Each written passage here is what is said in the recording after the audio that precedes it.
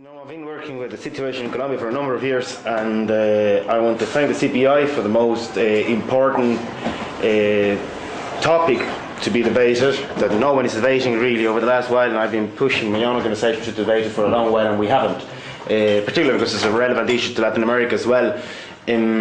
So what I want to say is that whatever opinions I give here are really of my own responsibility. I have no institutional endorsement from our organisation. I think it's an ongoing debate, and it has to be tackled. Now, listening to the experience of COCAT and all that, I just knew it from the experience of friends. I've been in the country just 10 years, usually Republican friends, of course, and I didn't know much about it, so it was most enlightening to listen to it. Now, the situation we're facing in Latin America is actually the opposite in a way.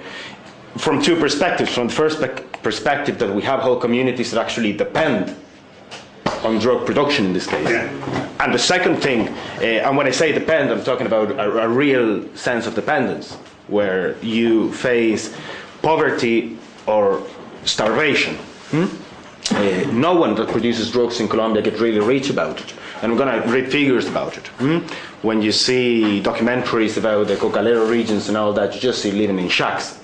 In a poverty that is completely unimaginable in Europe. Now, the second thing is that it's very different because heroin, that was the big working class scourge in Ireland, actually is not produced at all in Latin America. Latin America, big production was in the beginning marijuana, then turns to cocaine, and that's kind of the big thing, cocaine.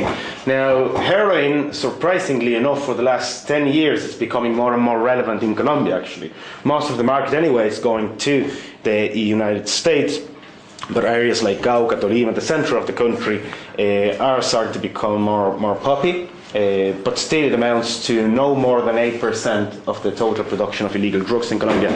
Now, going back to the figures and all that, it's very difficult to measure because it is actually an illegal economy.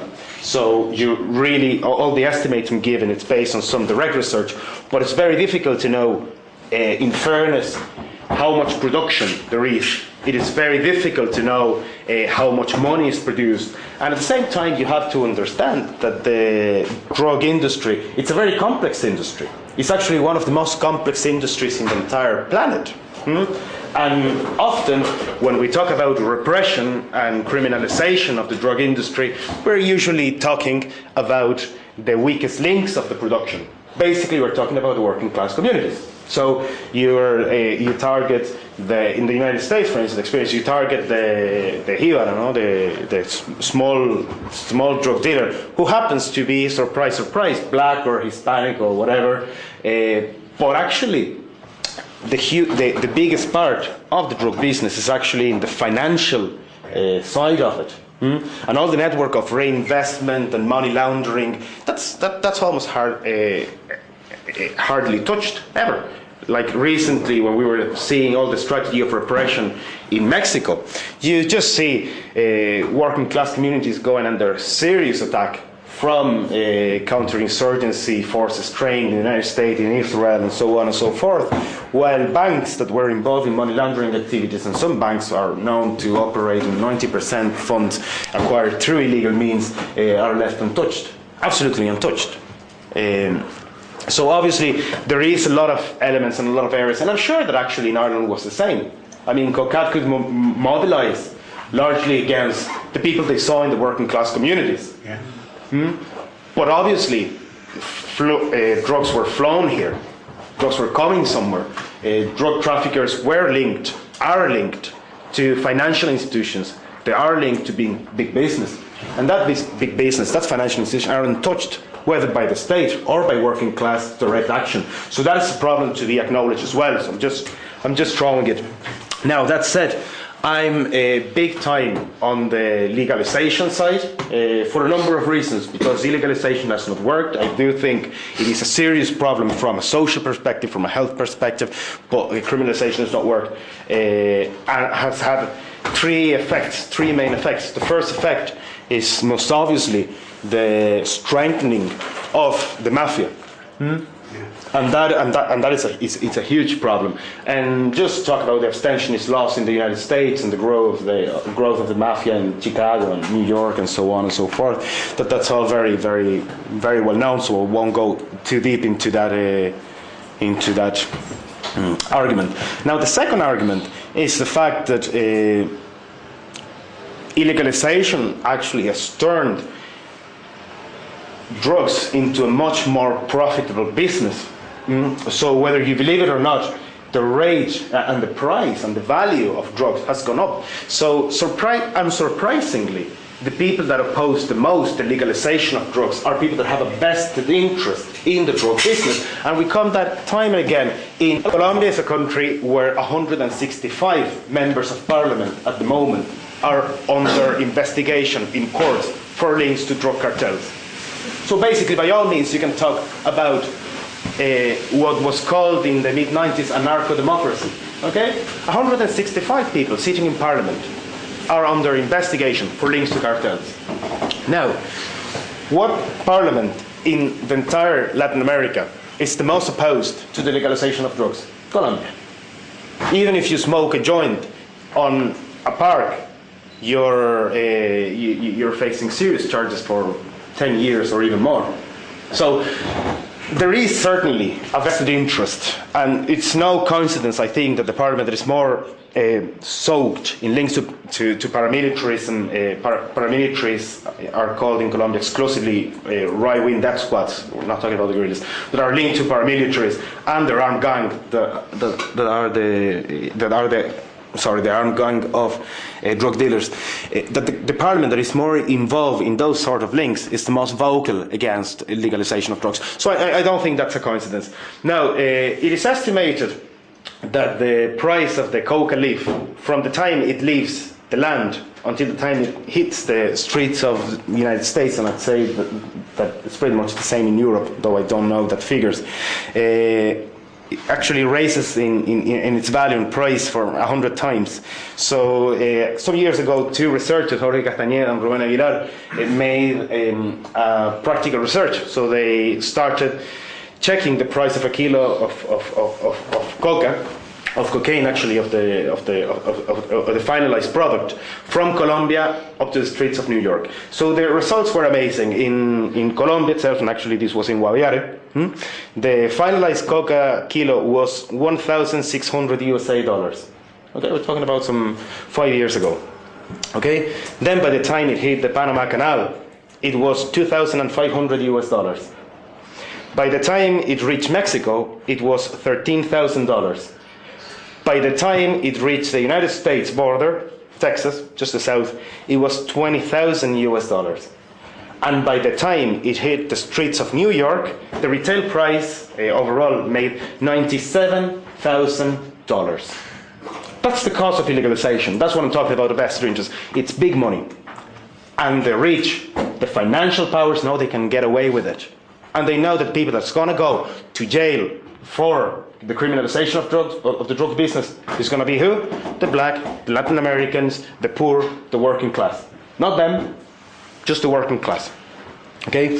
So we're talking about $1,600, $20,000. A lot of money. If you see something here with these figures, is that by the time it is in the south to the north of the United States, the price increases from $20,000 to $97,000.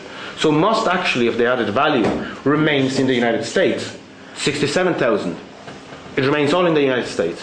So you can see who's doing the big business. You can see who profits then from the drug war. And then it's no coincidence that you can see at numerous times the CIA and the DEA, the Drug Enforcement Agency, involved in drug dealing operations. And I'm going to quote just two very famous cases. The first one was the Iran-Contra affair. Everyone remembers that in the mid-ages. And actually the Iran-Contra affair was class because the CIA built the links between the Colombian cartels with the Mexico cartels for the first time, with fateful consequences. And the second instance was the murder of Pablo Escobar, the leader of the Medellin cartel.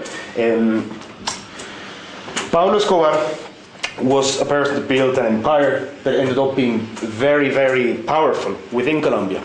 The Colombian oligarchy has been as hold an absolute use of power and privilege for the last 200 years, and they're not going to risk losing it in any significant form. That's why they fought for reforms using the most hideous ways of state terror for the last 60 years civil war.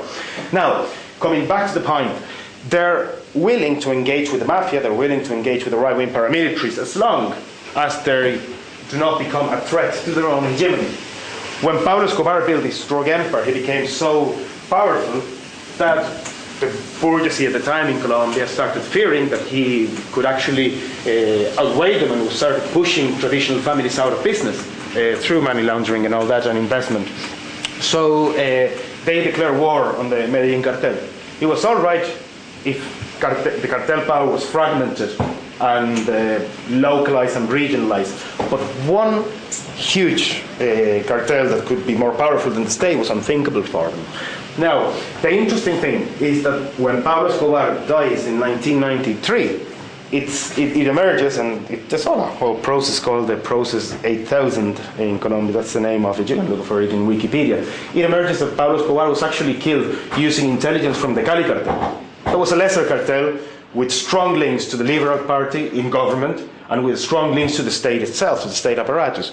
The DEA and the CIA knew this all along, and they were cooperating with the Cali cartel against hunting down Pablo Escobar. There's a book called Killing Pablo as well that tells the story, so it's, I'm not saying anything new. Now, the interesting thing is that the war on drugs in that case meant that the state force, that the state apparatus, the state resources were put at the service of one particular cartel to fight its competition.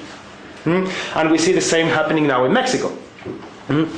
When you see the actions of the Mexican state against the cartel of Sinaloa, that it's Chapo Guzman, it's one cartel in particular that has been linked to the party in power for like the last 25 years, to the previous one. So now things with the change of government could be a bit different. But have organic links to that party for the last 25 years. When the war on drugs was declared in 2006, Chapo Guzman and the cartel of Sinaloa has not been touched. The people that were touched were the cartel of the Golfo, cartel de Chihuahua, the Zetas. When we denounced this, and when we were doing research, and we realized, Jesus Christ, now these people have actually been untouched, and Chapo Guzman can appear today in Forbes magazine among the most respectable and wealthy people in the whole world, even though he's living in clandestinity. You start realizing that now that there's organic links to a section of the state. So the same thing is happening. With the whole support of the United States, one cartel that is well behaved, that has the good links, the right links with the state, actually can manage to mobilize state resources to fight other cartels, basically putting the state institutions at the service of the mafia, of the mafia world. So that's more or less the situation from the point of view of drug as business. But I'm gonna go to the third element, and is the element of social control. And I do think that the illegalization of drugs has a big deal to a great degree, and certainly in the United States and in Latin America has been used to that level. I'm not going to pontificate about the situation in Ireland, which I actually know very poorly. But in the case of the United States, it's very clear that the anti-drug strategy has been used massively for the last 30 years to, on the one hand, break to drug use, massive movements like the Black and Latino movements through the use of crack in particular. But then again, to militarize and turn the ghettos into police states, literally. In the case of Latin America, war on drugs has been the local response after Bush to the war on terror.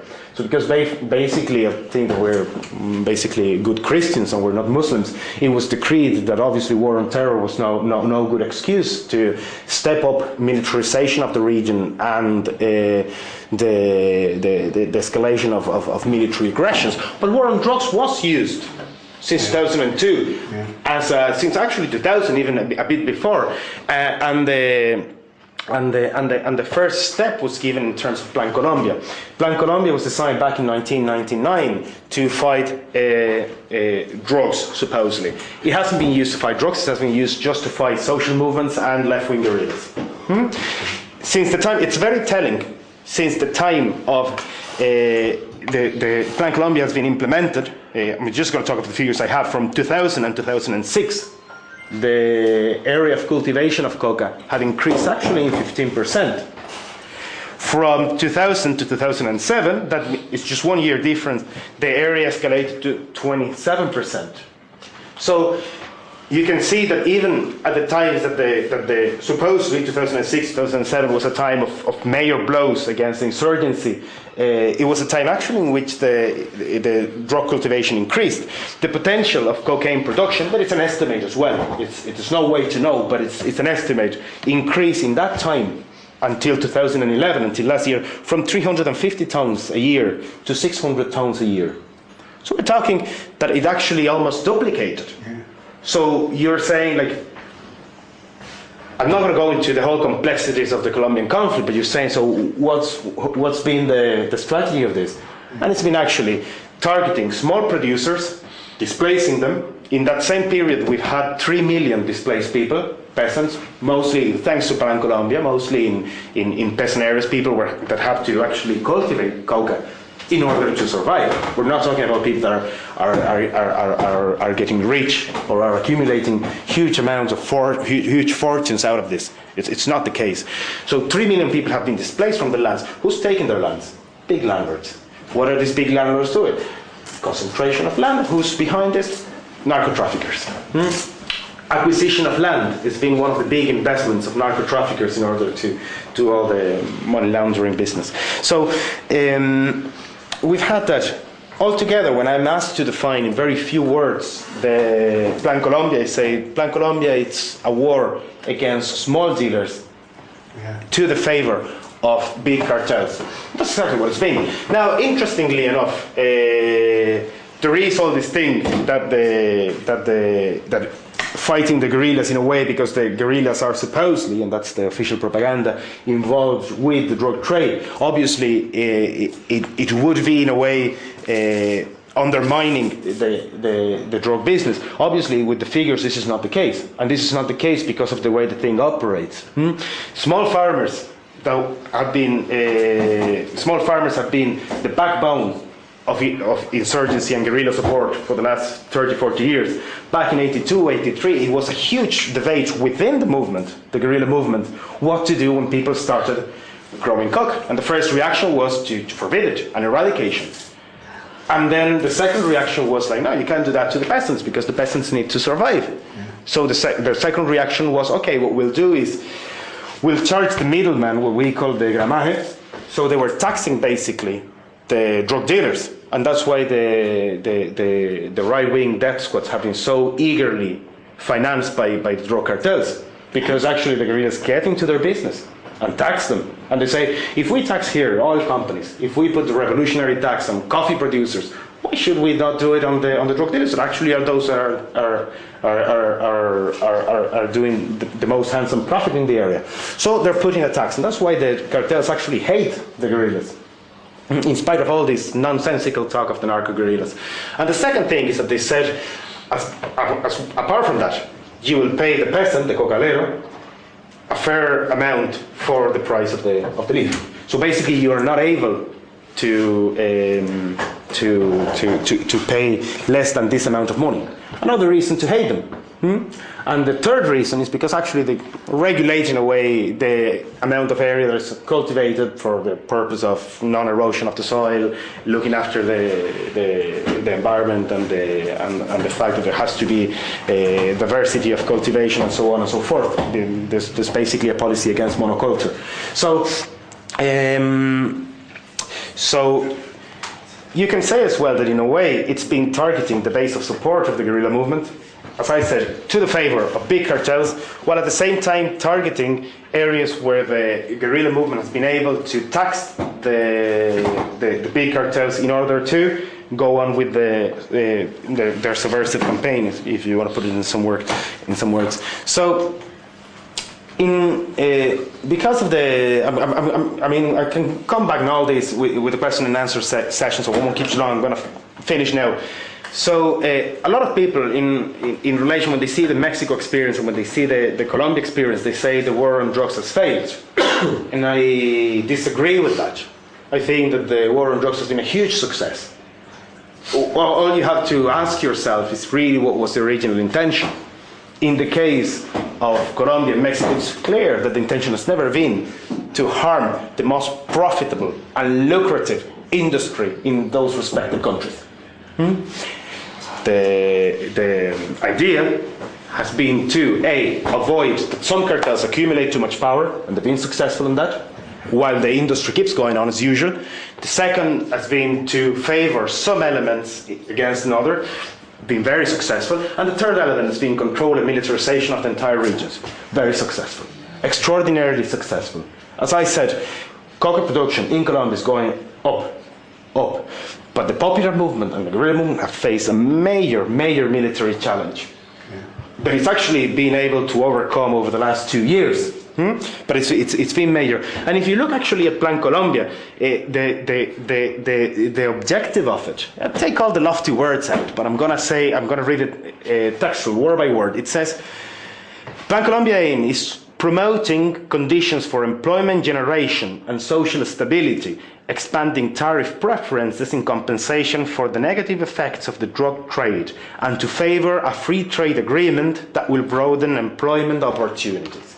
Basically what they're saying is, we militarize the region, we push out social resistance, we take over natural resources, and then we will be able to get them out for peanuts through a free trade. In all that, the Colombian bourgeoisie and US imperialism have been extraordinarily successful. So I'll go back to the point. Has the war on drugs failed? No. When I see that in 1991, foreign direct investment in Colombia was 2.4 billion, and today it's 14.4 billion, I say that it's been an amazing success in terms of militarizing regions, intervening in local politics, criminalizing movements to move in their own multinational companies. And we can come back to this because some companies are more to blame than others. I mean, bananas, oil. We can go to the details, but I'll leave it to questions and answers. So thank you very much. Go ahead, Margaret.